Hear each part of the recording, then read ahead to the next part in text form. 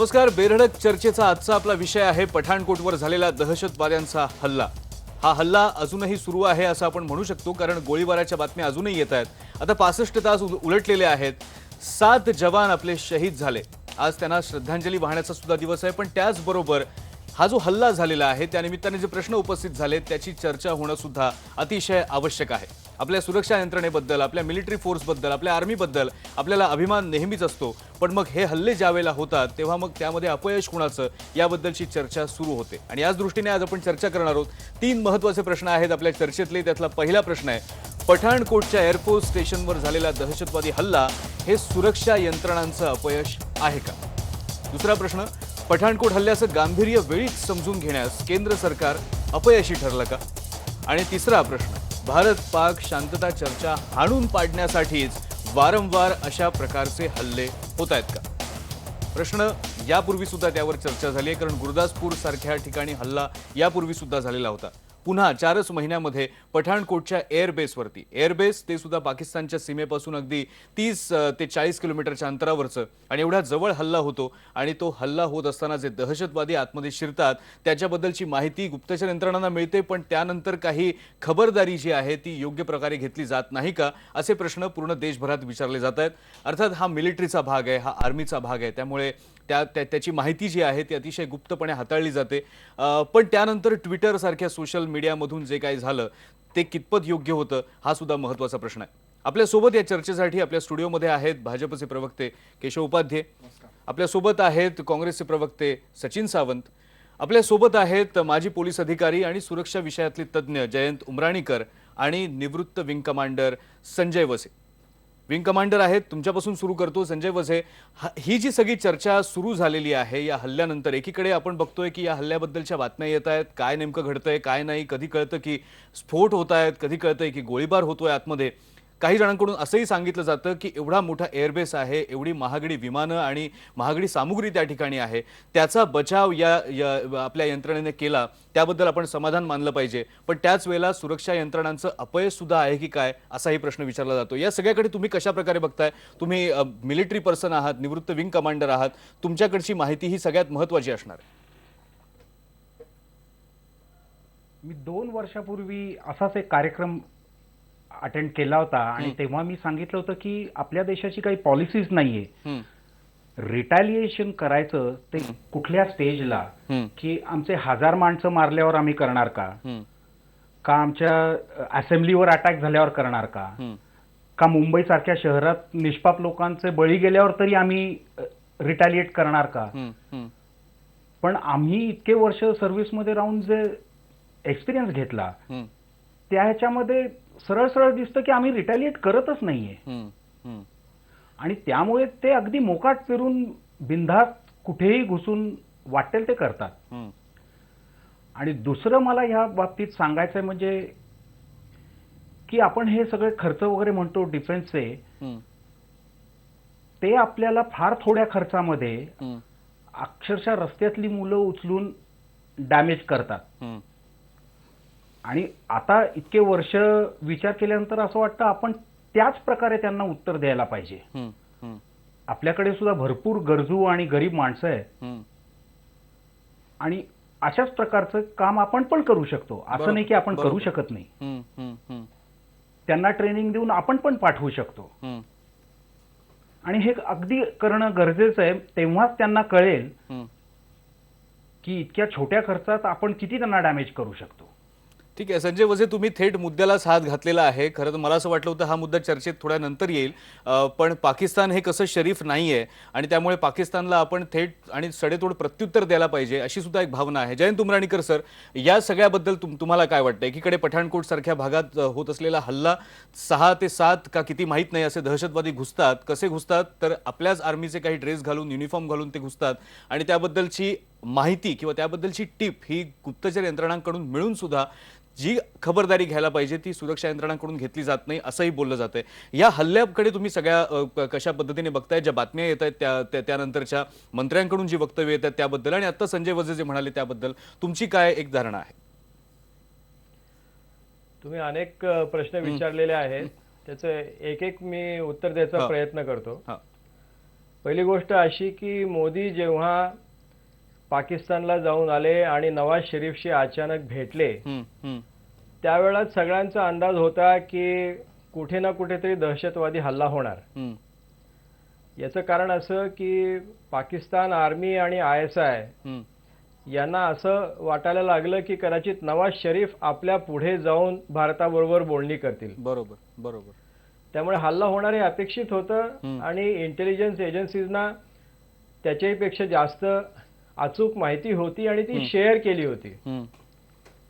आता योगायोग असा की आपल्या ज्या डिफेन्स एस्टॅब्लिशमेंट्स आहेत, एस्पेशली एअर बेसेस आहेत, तिथे फक्त DSCचे लोक म्हणजे डिफेन्स सर्व्हिसेस कोअर म्हणून आहे, हे रिटायर्ड जवानांमधून तयार केलेलं कोअर आहे, त्यांचं संरक्षण असतं.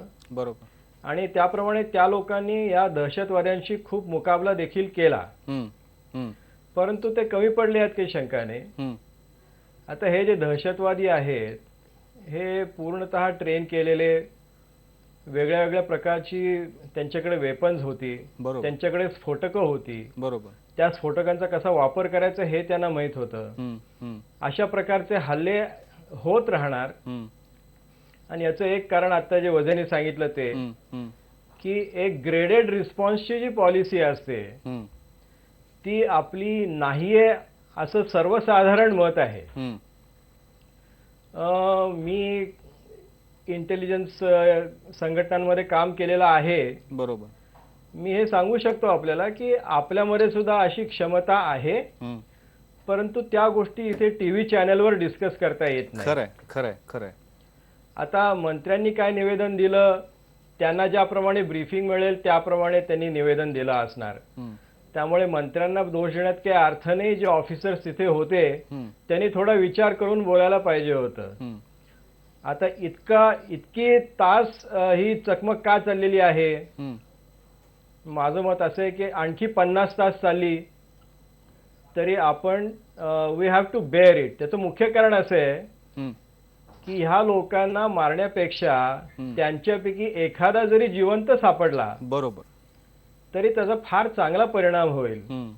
आणि ह्यासाठी म्हणून जर वेळ लागत असेल तर तो वेळ क्षम्य आहे.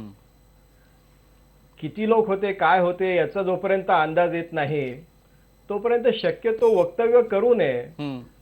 खरं सांगितलं तर ऑपरेशन पूर्ण झालं का नाही झालं हे सुद्धा सांगायची गरज नसते. बरोबर. आणि कधी कधी ऑपरेशन पूर्ण झालं हे सांगणं सुद्धा योग्य असतं, कारण पलीकडे जे हँडलर्स बसलेले असतात त्यांना असं वाटतं की आपली सगळी माणसं गेलेली आहेत, आता पुढे काही करता येणार नाही.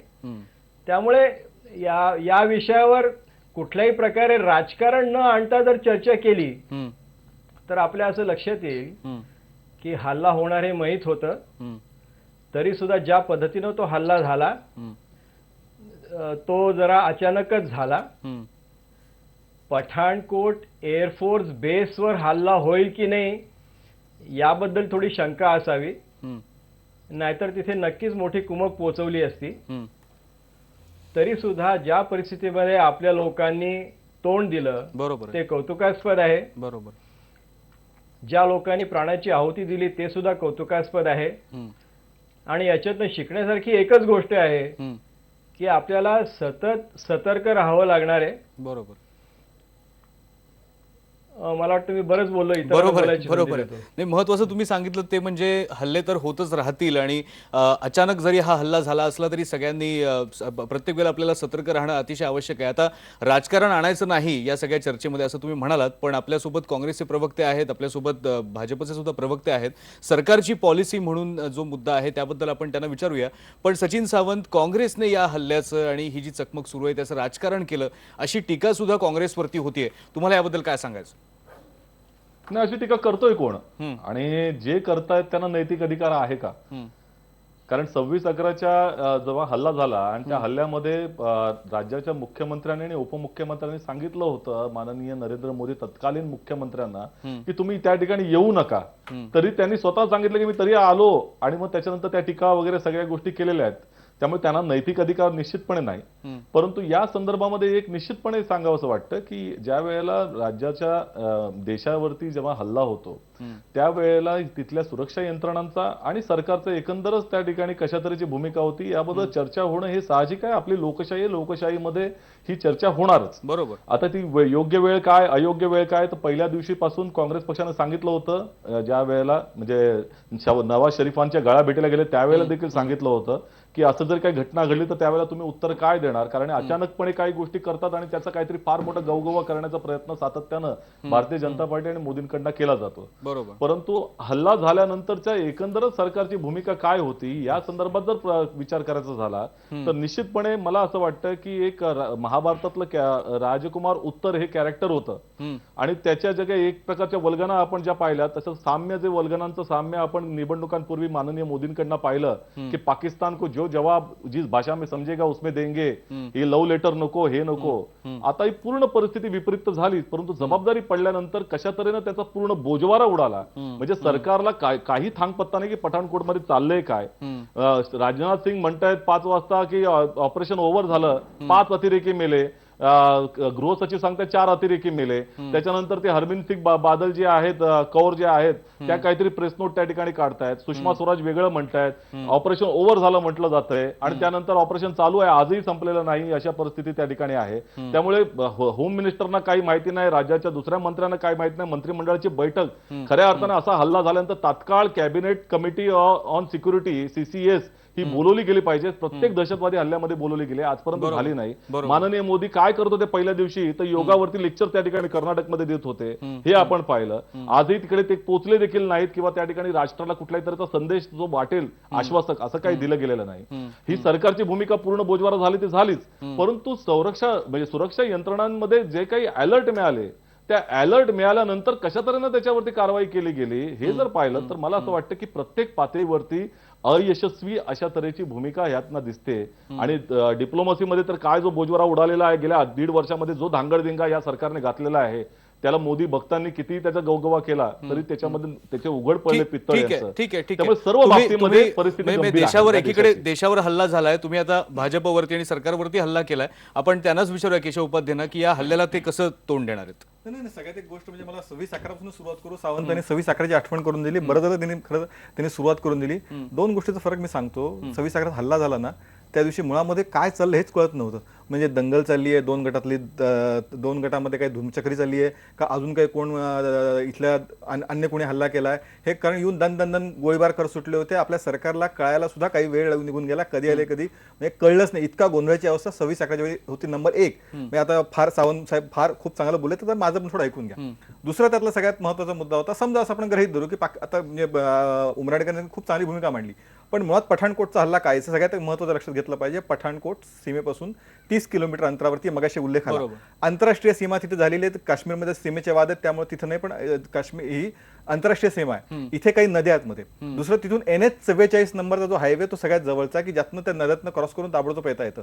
नंबर 3 मगाशी मी उल्लेख केला 26 अकराच्या आपल्याला काय चाललं हेच लवकर कळलं नाही. या ठिकाणी अशा पद्धतीचा हल्ला होणार, मोदींच्या लाहोरच्या भेटीनंतर एका वेगळ्या प्रयत्नानंतर हल्ला होणार ह्याची जाणीव होती, याची माहिती आपल्याला इंटेलिजन्स मिळाली होती, ती इंटेलिजन्स शेअर केली होती. आणि म्हणून या हल्ला होण्याच्या वेळीस आपले NSGचे कमांडो शनिवारी पहाटे त्या ठिकाणी एअरफोर्सला होते. इतकंच नाही, म्हणजे मी अगदी सगळं डिटेल ना आपण समजा गृहीत धरू की अतिरेक्याने दहशतवाद्याने हल्ला केला. जर त्यांना पाकिस्ताननं सांगितलं काय सांगून पाठवलं असेल तर ज्या पठाणकोटच्या एअरपोर्टवर हल्ला करायचा आहे, नंबर 1 तिथली सगळ्या विमानं उद्ध्वस्त करा, नंबर 2 इन्फ्रास्ट्रक्चर उद्ध्वस्त करा, नंबर 3 प्रचंड जीवितहानी करा. हे 3 गोष्टी कुठल्या म्हणजे सर करायचं या हेतूनच त्याला असतील ना. आता या 3 निकषावरती तुम्ही लावून बघा, या 3 निकषावरती एकही आपलं विमानतळ गेलं नाही, एकही आपलं इन्फ्रास्ट्रक्चर मोडलं गेलं नाही आणि जीवितहानी झाली. पण म्हणजे मान्य की झाली जीवितहानी, पण जी 26 अकरा झाली होती त्याच्यापेक्षा खूप कमी जीवितहानी झाली. नंबर 2 ह्याच्यापूर्वी गुरुदासपूरला जो हल्ला झाला, मगाशी उमराणीकर साहेबांनी मुद्दा मांडला की जिवंत पकडला. गुरुदासपूरच्या हल्ल्यानंतर अतिरेकी जिवंत पकडला गेला, हे आपल्या दहशतवादी जिवंत पकडला गेला, हे आपल्याला सगळ्याला या ठिकाणी आठवण करून देतो. त्यामुळे या पद्धतीने हल्ला होणार हे माहिती होतं. NSGच्या कमांडोनी ती वेळीच आपल्या सैनिकांनी तिथे कारवाई केली. त्या भागाचे कमांडिंग इन चीफ SB देव हे तिथं हजर होते. म्हणजे कारण शेवटी तो एरिया जो 120 किलोमीटरचा एरिया आहे, 30 किलोमीटरची भिंत आहे, पण नागरी वस्ती आहे. दुकानं बंद करण्यात आली, अनेक तिथे गोष्टी गुंतागुंतीच्या आणि त्यामुळे इतक्या प्रकारचा वेळ लागला. म्हणजे आपल्याला काहीच घडलं नाहीये. अमोल. ठीक आहे, सावंत तो टीका करायचा आहे, त्यामुळे सावंत एक मिनिट सावंत अमोल. साहेब पूर्ण- एक मिनिट, पूर्ण सचिन करू द्या. सावंत, एक अहो, मिनिट, या एक मिनिट. ठिकाणी वेळेस लोक आपली काम करतायत, त्यावेळी शिवराज पाटील ड्रेस बदल दिवस फिरत होते, जी चर्चा टीका आठवून बघा त्यावेळची. यावेळी आणि मगाशी आता कुणी काय स्टेटमेंट दिलं, अमोल. अहो, तो पॉलिसीचा भाग असतो. आता आपण उमेदवारांनी सांगितलं ना, थोडं राजकारण बाजूला ठेवूया. सावंत, सचिन राजकारण सावंत बाजूला म्हणाले, ठेवून करा. सचिन सावंत म्हणाले की हा. मोदी जे आहेत ते त्यामुळे- योगा करायला गेले होते. नाही, नाही, आता अहो. तुम्ही सांगताय की शिवराज पाटील तिकडे कपडे बदलत नाही, होते. नाही, अशा आपण पद्धतीने- ह्या गोष्टी त्या- थोड्या त्या- बाजूला नाही, ठेवूया. मोदी- मोदी महत्वाचा- दहा वेळा कपडे बदलले तर हा विषय वेगळा. महत्वाचा मुद्दा हा आहे.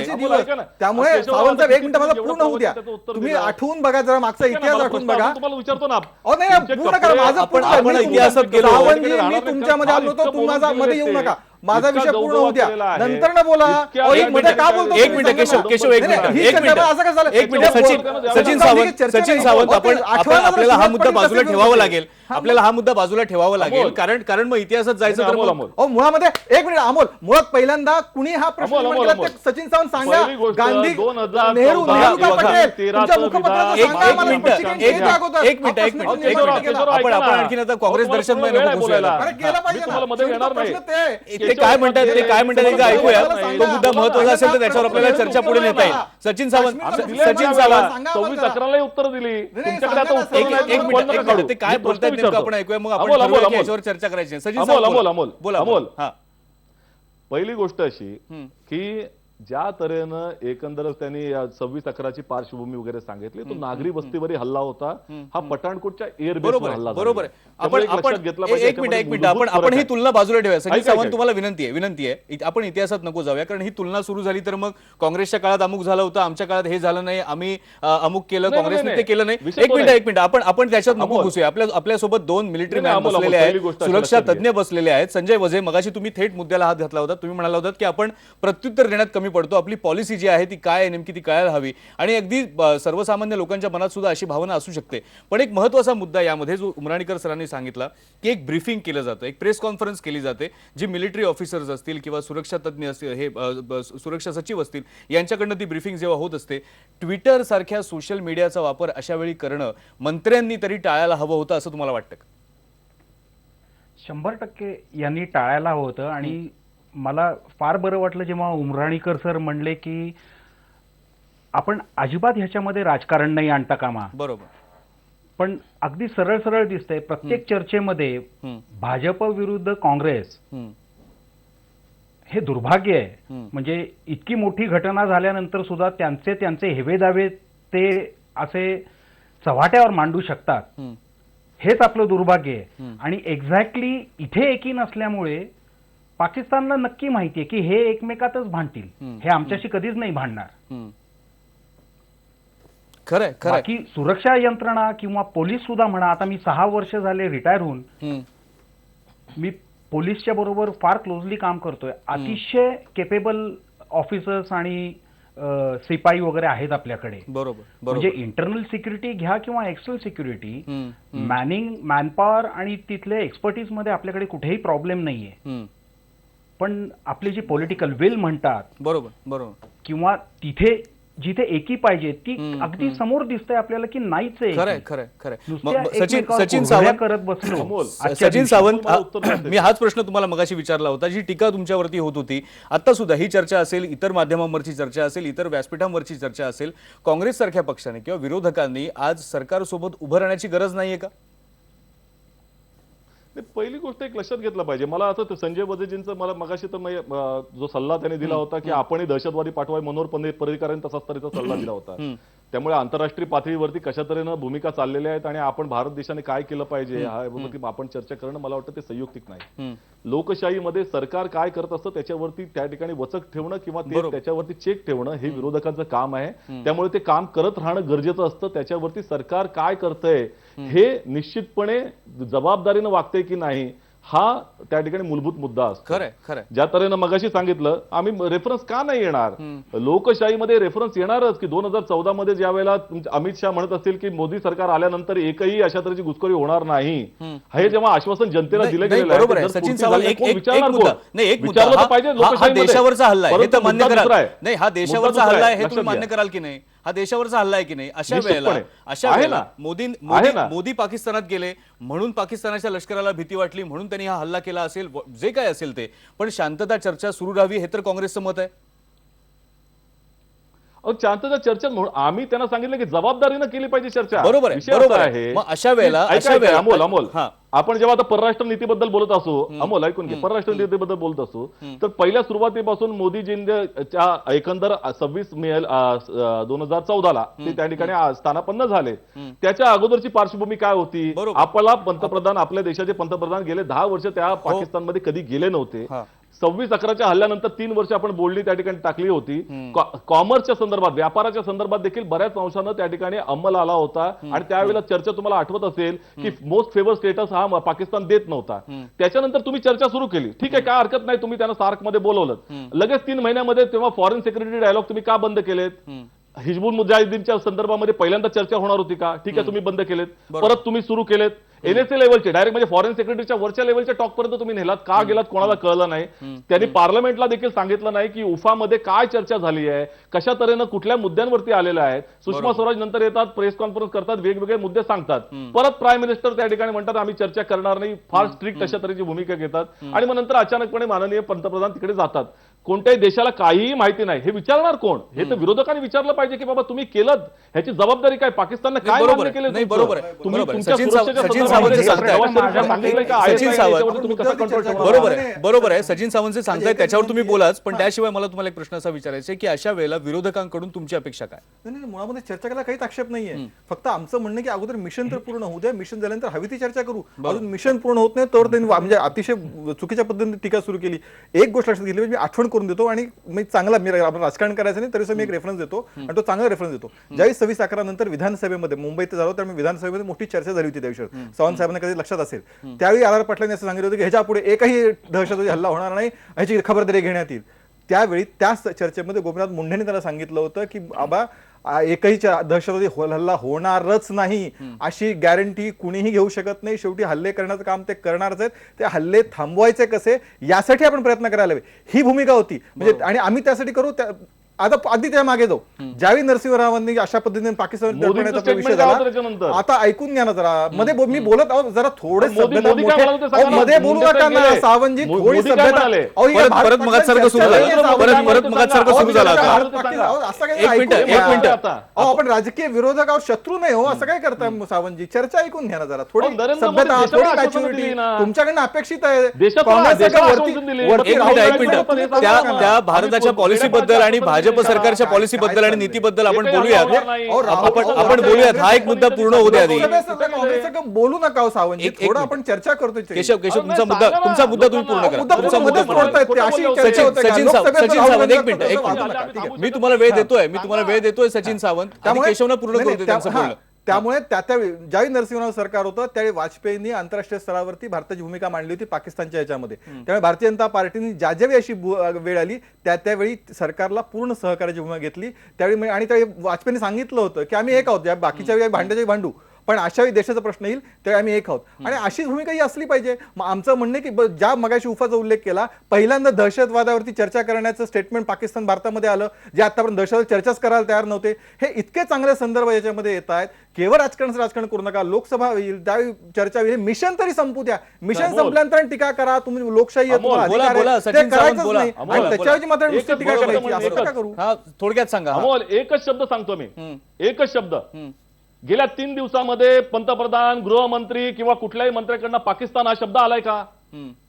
नाही, ठीक आहे. हा पाकिस्तानने हे केलेलं आहे. सचिन सावंत टीकेसाठी टीका. तुमचा महत्वाचा मुद्दा जो होता, पाकिस्तान करणारे मिशन हे महत्वाचं आहे. एक मिनिट, हे बघा, परत जसं केशव उपाध्ये म्हणाले की विरोधासाठी विरोध आता होण्याची गरज नाहीये. खरं तर अपेक्षा ही आहे की सगळ्या राजकीय पक्षांनी एकत्र बसून यावर विचार करण्याची आवश्यकता आहे. जसं जयंत उमराणीकर सर म्हणाले. उमराणीकर सर, मगाशी तुम्ही जो मुद्दा सांगितलात की सतर्क राहण्याची गरज आहेच, तुम्हाला काय वाटतं की शांतता चर्चा सुद्धा त्याच वेळेला होणं सुद्धा आवश्यक आहे का? जी एक भावना आहे की प्रत्युत्तर द्यायलाच पाहिजे आपण, आणि ते सुद्धा प्रत्युत्तर जे आहे ते अगदी सडेतोड असलं पाहिजे, जशाच तसं असलं पाहिजे, असं खरंच वाटतं का तुम्हाला? एक तर मला दोन्ही प्रवक्त्यांना सांगायचंय की तुम्ही आता जे बोललात त्याच्यावरनं एक गोष्ट लक्षात येते हम्म, की कुठल्याही प्रकारची पॉलिसी जरी तुम्ही फॉलो केलीत हम्म, तरी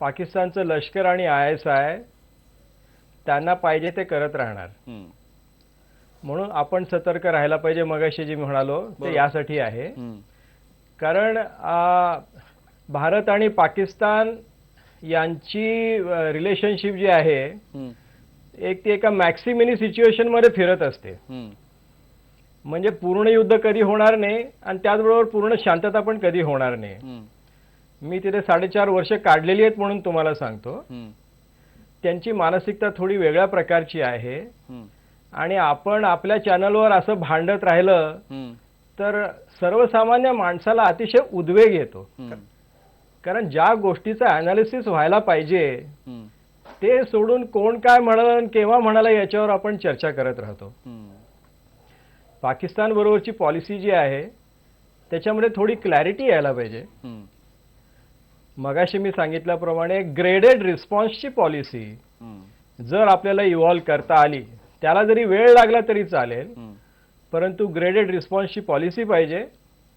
पाकिस्तानला पण हे माहीत पाहिजे की आम्ही जर खुरापत काढली तर त्याच्या बदल्यात आपल्याला काही खिरापत मिळणार नाहीये, खरंय, काहीतरी ती शिक्षा होईल. हम्म. ती कशा प्रकारची होईल बरोबर, हे एक प्रकारे त्यांना समजून सांगता यायला पाहिजे किंवा दाखवून देता यायला पाहिजे. बरोबर, बरोबर, मागे अनेक वेळा या विषयावर बोलताना मी सांगितलेलं आहे की आपली केपेबिलिटी काय आहे हे तुम्हाला जर पाहायचं असेल तर तुम्ही पाकिस्तानचे न्यूजपेपर्स घेऊन वाचा ना. हम्म, त्याच्यामध्ये कायमच आरोप होत असतात की आमच्या इंटेलिजन्स एजन्सीनी हे केलं, ते केलं, अमुक केलं, तमुक केलं. हम्म, हम्म, तेव्हा क्षमता दोन्हीकडे आहे, हम्म, त्यासाठी राजकीय इच्छाशक्ती पाहिजे बरोबर, बरोबर, आणि मुख्य म्हणजे आपल्या धोरणामध्ये सुसूत्रता पाहिजे. हम्म, हम्म, हम्म, पण याचा अर्थ कन्सिस्टन्सी पाहिजे असं नाही, हम्म, कारण being inconsistent is also part of diplomacy.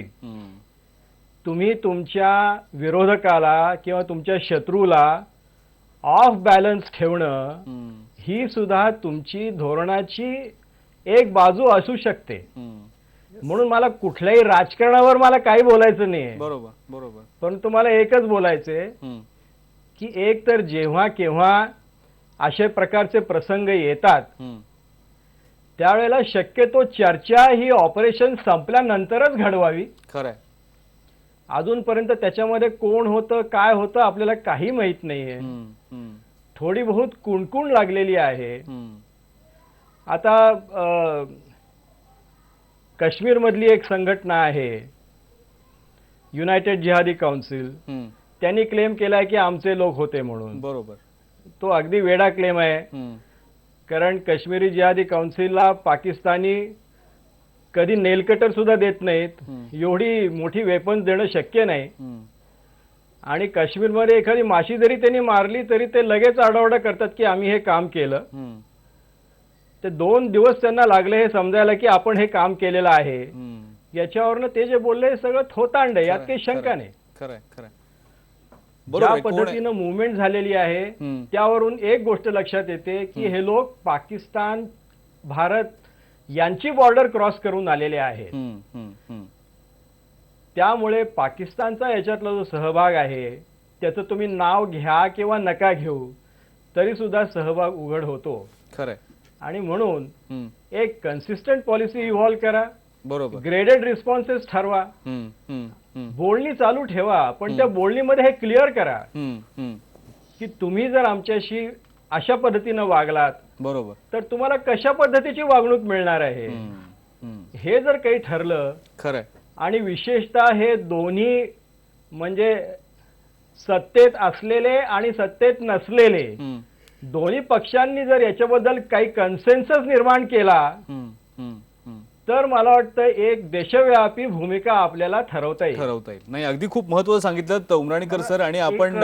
अजून एक सांगावंसं वाटतं एक- एका मिनिटात. मी थांबवतो तुम्हाला, माफ करा, कारण आपल्याला हे ब्रेकची विरोधी वेळ झाली. पक्ष नाही, ब्रेकची वेळ झाली. आपण आपल्याकडे उरलेला वेळ आहे ब्रेक नंतरचा, आणि जसं तुम्ही म्हणालात त्याप्रमाणे अपेक्षा करूयात की राजकारण न होता ही चर्चा जी आहे ती पुढे आपल्याला नेता येईल. ज्या पॉलिसीबद्दल तुम्ही सांगितलं त्याबद्दल भाजपच्या प्रवक्त्यांचं काय म्हणणं आहे, काँग्रेस प्रवक्त्यांचं काय म्हणणं आहे, ते सुद्धा आपण जाणून घेऊया. संजय वझे सुद्धा आपल्या सोबत आहेत. ब्रेक घेऊयात, एक ब्रेक नंतर पुन्हा येणार आहोत. उमराणीकर सर आणि संजय वझे सर खूप महत्त्वाची माहिती सांगतात. ब्रेक नंतर भेटूयात. पहा फक्त IBN लोक.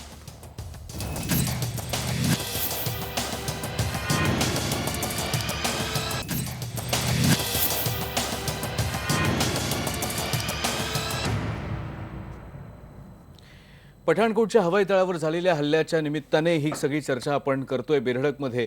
एकीकडे चकमक सुरू आहे, एकीकडे त्या दहशतवाद्यांवर अंकुश मिळवण्याचा प्रयत्न होतोय. मिलिटरीची लोक जी आहेत, सुरक्षा यंत्रणेची लोक जी आहेत, ती धाडस दाखवून आणि अक्षरशः म्हणजे जीव धोक्यात घालून त्यांनी त्यांचं हे सगळं काम सध्या सुरू आहे. आणि त्याच वेळेला याच हवाई दलाच्या बाहेर, हवाई तळाच्या बाहेर वेगळीच चर्चा सुरू आहे, ती त्यांच्याच बद्दलची आणि अर्थातच आपल्या देशाच्या एकंदरीत नीतीची, परराष्ट्र नीतीची सुद्धा. जयंत उमराणीकर सर आपल्या सोबत आहेत, संजय वझे आपल्या सोबत आहेत, केशव उपाध्याय आणि सचिन सावंत आपल्या सोबत आहेत. राजकारण बाजूला ठेवून या उरलेल्या वेळामध्ये चर्चा करण्याचा प्रयत्न आपल्याला करायचा आहे. हे खरं तर मला दोन्ही प्रवक्त्यांना आधी सांगावं लागेल, पण त्याआधी प्रेक्षकांचं काय नेमकं म्हणणं आहे ते सुद्धा आपण जाणून घेऊया. फेसबुकवर आपल्याला काही प्रतिक्रिया आलेल्या आहेत. श्रीपती वगैरे म्हणतात की होय, पठाणकोटचा हवाई तळावरचा हल्ला जो आहे ते सुरक्षा यंत्रणांचं अपयश आहे. दादासाहेब खेतमाळीच म्हणतात की गुप्तचर यंत्रणा म्हणते की आम्ही गृह खात्याला आधी माहिती दिलेली होती, मग नेमकं कमी कोण पडलं. श्याम चतुर म्हणतात की स्थानिक पोलिसांचं हे मोठं अपयश आहे, ही बाब अतिशय त्यांना गंभीर वाटते. केतन पवार म्हणतात की पंतप्रधान चर्चा करून घेतात आणि हल्ला होतो, अशी चर्चा काय कामाची. श्याम ठाणेदार म्हणतात की गुरदासपूर हल्ल्यामधून आपण काही शिकलो नाही म्हणून पठाणकोटवर पुन्हा हल्ला झाला. सचिन हिरवे म्हणतात अपयश म्हणता येणार नाही, पण भारतीय सुरक्षा दलांमध्ये संवाद आणि समन्वय वाढला पाहिजे. आणि माणिकलाल परदेशी म्हणतात की अपयश नाही, पण युद्धनीतीत आधुनिक बदल आता करायला हवाय. युद्धनीतीत बदल कोणाला वाटतोय करावासा, कोणाला परराष्ट्र नीतीमध्ये बदल करावासा वाटतोय. केशव उपाध्याय मगाशी उमराणीकर सरांनी बऱ्याच गोष्टी मुद्देसूद सांगितल्या. त्यातल्या ज्या परराष्ट्र नीतीबद्दलचा जो भाग आहे त्याच्याबद्दल काय वाटतं. मोदींनी जे पाकिस्तानात जाऊन केलं जे धक्कातंत्र त्यांचं जे होतं ते सुद्धा याच नीतीचा एक भाग असावा, जसं तर उमराणीकर सर म्हणाले, अशा पद्धतीचं काही डोक्यात येत आहे. नाही, 100% मुळामध्ये उमराणीकर सरांनी सांगितलं की ज्या पद्धतीने शेवटी शत्रू पक्षाचे जे ज्याला आपण शब्द वातावरण आपल्यातलं आहे त्या ठिकाणी वेगळ्या पद्धतीचं काही तर सातत्याने तुम्ही केलं पाहिजे. शेवटी एक लक्षात गोष्ट ठेवली पाहिजे कायम की आपला शेजारचा फ्लॅट धारक सुद्धा निवडता येत नाही बऱ्याच, म्हणजे जो असतो तो स्वीकार होतो. इथे देशाचा प्रश्न आहे, त्यामुळे पाकिस्तान आपला शेजारी हे आपल्याला नाकारून चालणार नाही. आणि त्यामुळे इव्हन वाजपेयी सरकार असून सुद्धा आम्ही सातत्याने संवादाचा प्रयत्न केला होता. आग्रा समिट नंतर कारगिल झालं तरीही वाजपेयी तिकडे गेले. त्यामुळे एकीकडे दहशतवादाला त्याच पद्धतीने उत्तर देताना, तो रोखण्याचा प्रयत्न करताना, पण त्याचवेळी संवाद त्या ठिकाणच्या राजकीय नेतृत्व करावा लागेल. बांगलादेशमध्ये अशीच परिस्थिती, बांगलादेशमध्ये राजकीय नेतृत्व आता लोकशाही तिथे अधिक बळकट प्रमाणात झाली, तिथल्या बाकीच्या गोष्टी कमी झाल्यात.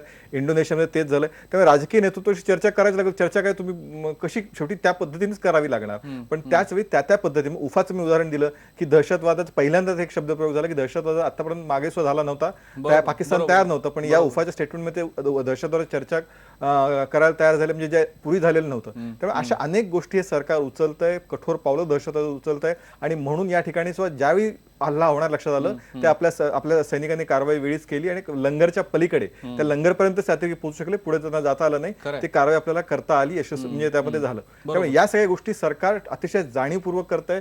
विरोधकांची मतं नक्की असतील, ती त्यांना टीका करायचा अधिकार असेल, तो मुद्दा तो आहेच त्यांना अधिकार, पण त्यावेळी ती मतं मांडण्यास सुद्धा वेळ आणि जागा निवडली पाहिजे. अजून ते मिशन पूर्ण व्हायच्या आतच अशा पद्धतीने करणं, उमराणीकर साहेब जसं म्हणतात की अशावेळी आपल्यातले मतभेद लोकांसमोर मांडणं हे योग्य होणार नाही. बरोबर आहे. सचिन सावंत, हा मुद्दा इथे महत्त्वाचा आहे. जसं एकीकडे आपण म्हणतो की ऑपरेशन संपल्याशिवाय ही चर्चा करणं सुद्धा गैर आहे. आपण फक्त चर्चा जी करतोय ती भाजपचे मंत्री जे आहेत ते ज्या पद्धतीने वागले किंवा ज्या पद्धतीने या सगळ्या रिस्पॉन्सेस जे आहेत ते बघायला मिळाले त्याबद्दलची चर्चा आहे. पण या सगळ्या काळामध्ये काँग्रेसकडून एक मागणी झाली असती किंवा एक प्रकारे सरकारला मदत म्हणून आपण म्हणूया, कारण कुठलंही सरकार हे परिपूर्ण असू शकत नाही.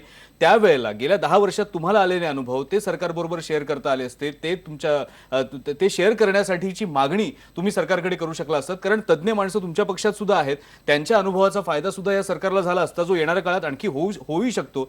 पण अशा कुठल्या बैठकीची मागणी काँग्रेसकडून झालेली नाही. एक लक्षात घ्या, मनमोहन सिंगांनी स्वतः जाऊन त्या ठिकाणी पाकिस्तानच्या संदर्भामध्ये आपलं इंटेलिजन्स त्यावेळेला दिलं होतं, आपल्याला विसरता कामा नये.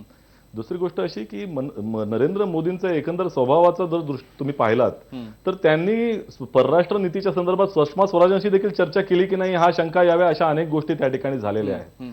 आजही मगाशी मी सांगता राहिलो होतं की एवढा मोठा दहशतवादी हल्ला झाला आणि हा देशाच्या एकंदर 67 वर्षाच्या कालावधीमध्ये किंवा दहशतवादाचा जो एकंदर तुम्ही 25 वर्षाचा एकंदर जर तुम्ही घेतलात तर फार मोठा दहशतवादी हल्ला झाल्यानंतर कॅबिनेट कमिटी ऑन सिक्युरिटी ही बोलवली जाते, कॅबिनेटला बोलवलं जातं आणि त्याच्यामध्ये चर्चा केली जाते. ती आजही 3 दिवस झालेली नाही, हे लक्षात घेतलं पाहिजे. म्हणजे चर्चा ही त्यांच्या मंत्रिमंडळात देखील त्याच्याबद्दल होत नाही.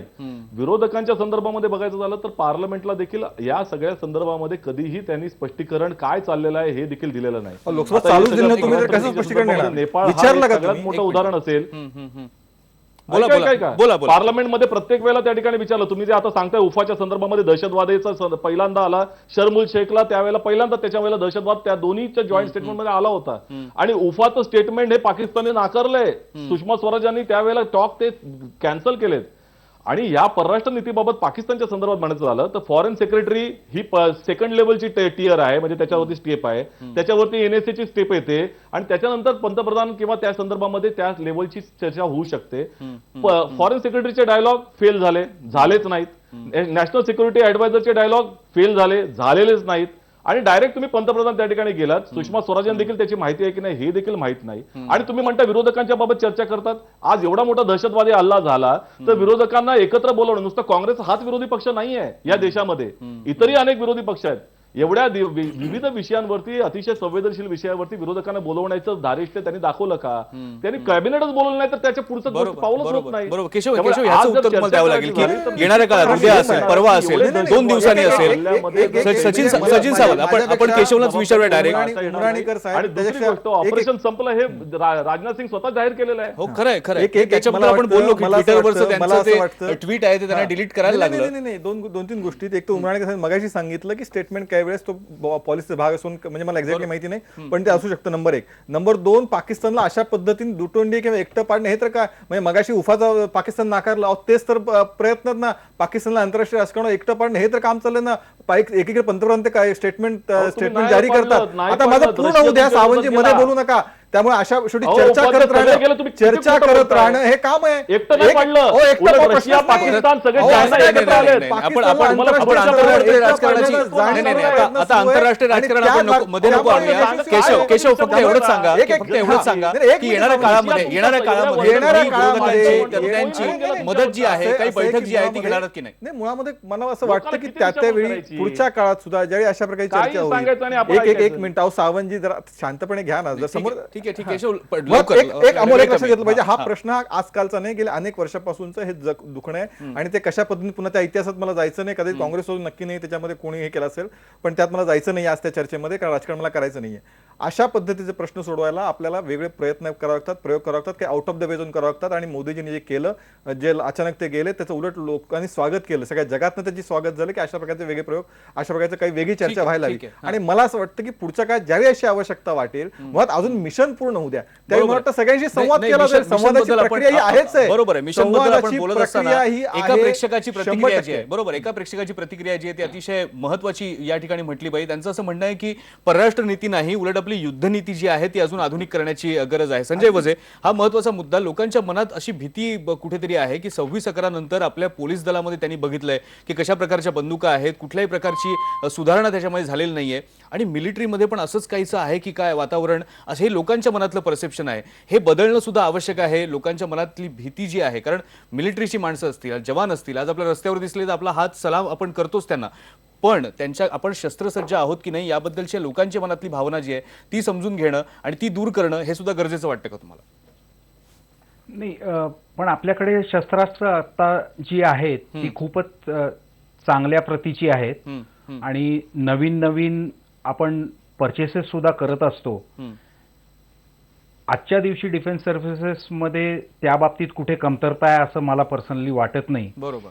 आता खास करून हा इव्हेंट झाल्यानंतर एक असं वाटतं की तत्काळ ज्या बॉर्डरला एअरफोर्स स्टेशन्स आहेत त्यांना इलेक्ट्रॉनिक पेरिमीटर सिक्युरिटी लावावी, म्हणजे ज्याला आपण CCTV वगैरे म्हणतो, कारण ते आता खूप स्वस्त झालंय. आणि एअरफोर्समध्ये कसं होतं की मॅनपॉवर आर्मीसारखी मोठी नसते, त्यामुळे कमी लोक गार्ड ड्युटीला असतात आणि गार्ड पोस्ट सुद्धा कमी असतात. मग अशा सिच्युएशनमध्ये जर का सीसीटीव्ही सर्व्हेलन्स वापरला आणि ऑपरेशन्स रूममध्ये ते मॉनिटर केलं गेलं तर ह्या गोष्टी सहज टाळता येण्यासारख्या आहेत. हीच गोष्ट ऍप्लिकेबल आहे नेव्हीच्या बेसिसना सुद्धा, कारण नेव्ही आणि एअरफोर्सचे मॅनपॉवर फार कमी असते खरं आणि मेनली फक्त आम्ही एअरक्राफ्ट आणि शिप्सच कामं करतो.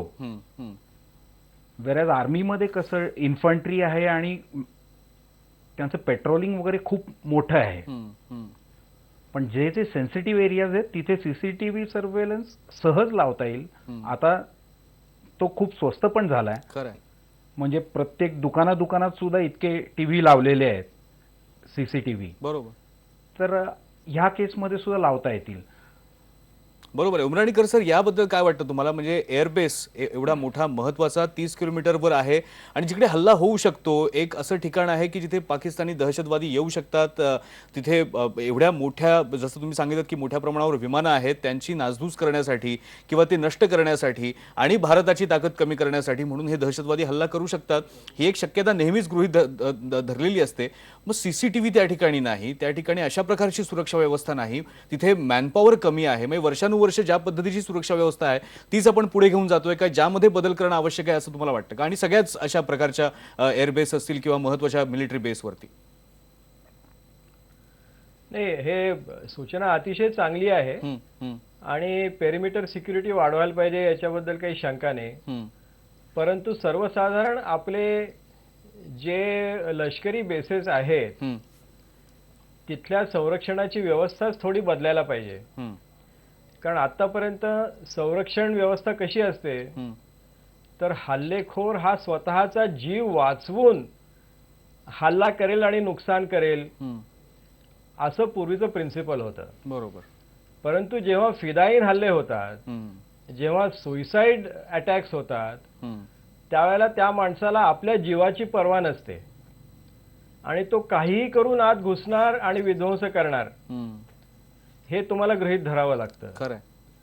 आणि म्हणून अशा हल्ल्यापासून जर तुम्हाला संरक्षण करायचं असेल तर त्या हल्लेखोराच्या आणि टार्गेटच्या मध्ये तुम्हाला काहीतरी फिजिकल बॅरियर निर्माण करावी लागते, जिथे तो हल्लेखोर शेवटी सापडेल आणि त्याच्या पलीकडे जाऊ शकणार नाही.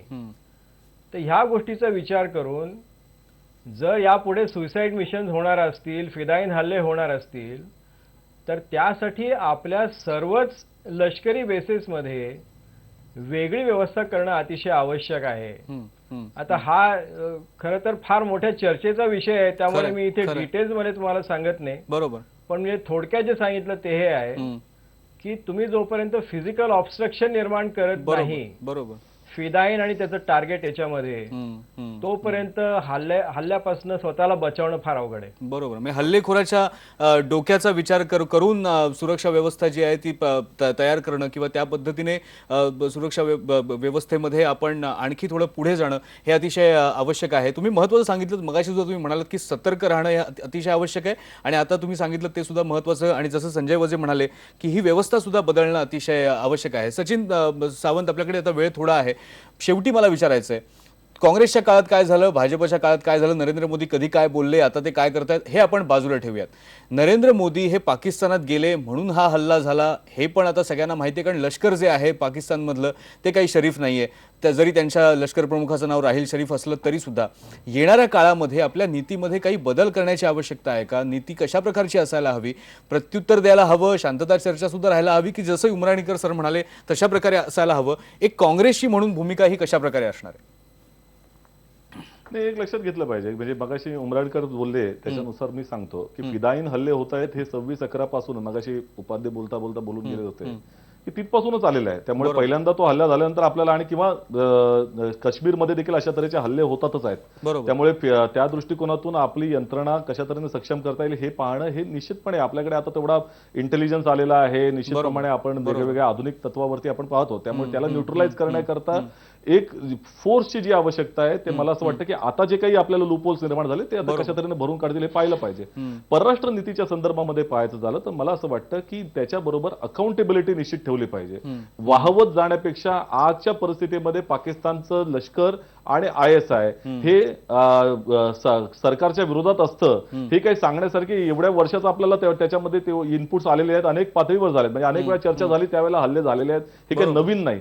त्यामुळे हे गेल्यानंतर नरेंद्र मोदी त्या ठिकाणी गेल्यानंतर हल्ला होणार हे साहजिक होतं. परंतु त्या दृष्टिकोनातून आपल्याला हे पाहिलं पाहिजे की सरकारवरती, त्यांच्या सरकारवरती आपण जबाबदारी टाकणार आहोत की नाही, की ISI वरती तुम्ही कशा तऱ्हेने कंट्रोल आणणार आहात, तुम्ही लष्करावरती कशा तऱ्हेने कंट्रोल आणणार आहात, त्याच्या संदर्भामध्ये कशा तऱ्हेने चर्चा केली पाहिजे. आता तुम्ही फक्त व्यापारी संबंध वाढवण्याकरता त्या दृष्टिकोनातून जिंदाल बिंदालला घेऊन जाण्यापेक्षा मला असं वाटतं की फॉरेन सेक्रेटरी डायलॉगचे जे काही टियर्स आहेत, NSAच्या काही टियर्स आहेत, ह्यांना कशा तऱ्हेने सक्षमता केली आणि प्रत्येक ठिकाणी अकाउंटेबिलिटी कशी येईल आणि आंतरराष्ट्रीय पातळीवरती प्रेशर, म्हणजे फक्त 26/11चा जर पहिला जर काही यशस्वी आपल्याकडे काही डिप्लोमसी असेल तर पाकिस्तानमध्ये केस त्या ठिकाणी चालू झाली, खटला दाखल करावा लागला. आता जो आता आपल्याकडे अतिरेकी दुसरा आलेला आहे त्याच्याबद्दल तशा तऱ्हेचं झालेलं नाही.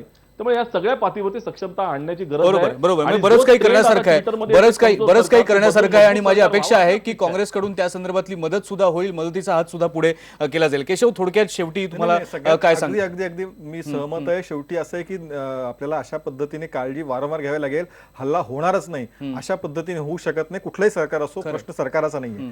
असं कदाचित उमराणी करायचं अधिक सांगू शकतील की 100 90 हल्ले हे त्या ठिकाणी डिस्पोज केलेले असतात, ते लक्षात पण येत नाहीत कारण ते त्याने मोडून काढलेले असतात.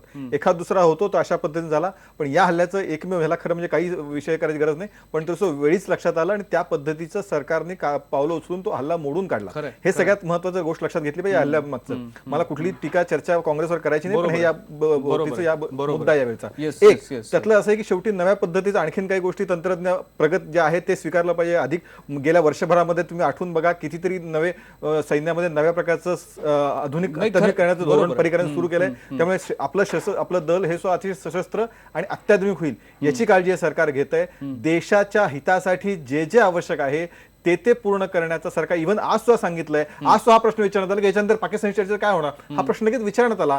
त्यावेळी जेटलीने उत्तर दिलं की देशाच्या सुरक्षेदृष्टीने जे आवश्यक असेल त्या पद्धतीने पावलं उचललं जाईल, त्या पद्धतीची चर्चा पुढच्या काळात केली जाईल आणि मला या ठिकाणी विश्वास आहे की देशासाठी जे असेल त्या पद्धतीने निर्णय घेतले. ठीक आहे. सगळ्यांनी देशाबद्दल बोलणं हे अतिशय आवश्यक आहे आणि जे उमराणीकर सर म्हणाले तेच सगळ्यात खरं आहे किंवा तोच या सगळ्या चर्चेचा सारांश आहे असं आपल्याला म्हणता येईल. सरकार असू दे, जनता असू दे, मिलिटरी असू दे, सुरक्षा यंत्रणा असू दे, सगळ्यांनी सतत सतर्क राहणं हे अतिशय आवश्यक आहे येणाऱ्या काळामध्ये. आणि अशा प्रकारचे हल्ले हे होणारच आहेत कारण तज्ज्ञांकडून सुद्धा नेहमी हे वारंवार सांगितलं जातं आहे की पाकिस्तान सारखा देश जो आहे तो काही गप्प बसणाऱ्यातला नाही, तो काही शांतताप्रिय वगैरे नाही, त्यांचं लष्कर तशा प्रकारचं नाही. त्यामुळे या हल्ल्यांसाठी तयार सुद्धा राहायला पाहिजे आणि तशा पद्धतीने सतर्क सुद्धा राहायला पाहिजे. महत्त्वाची चर्चा आज आपण केली. सगळ्या मान्यवरांचे धन्यवाद.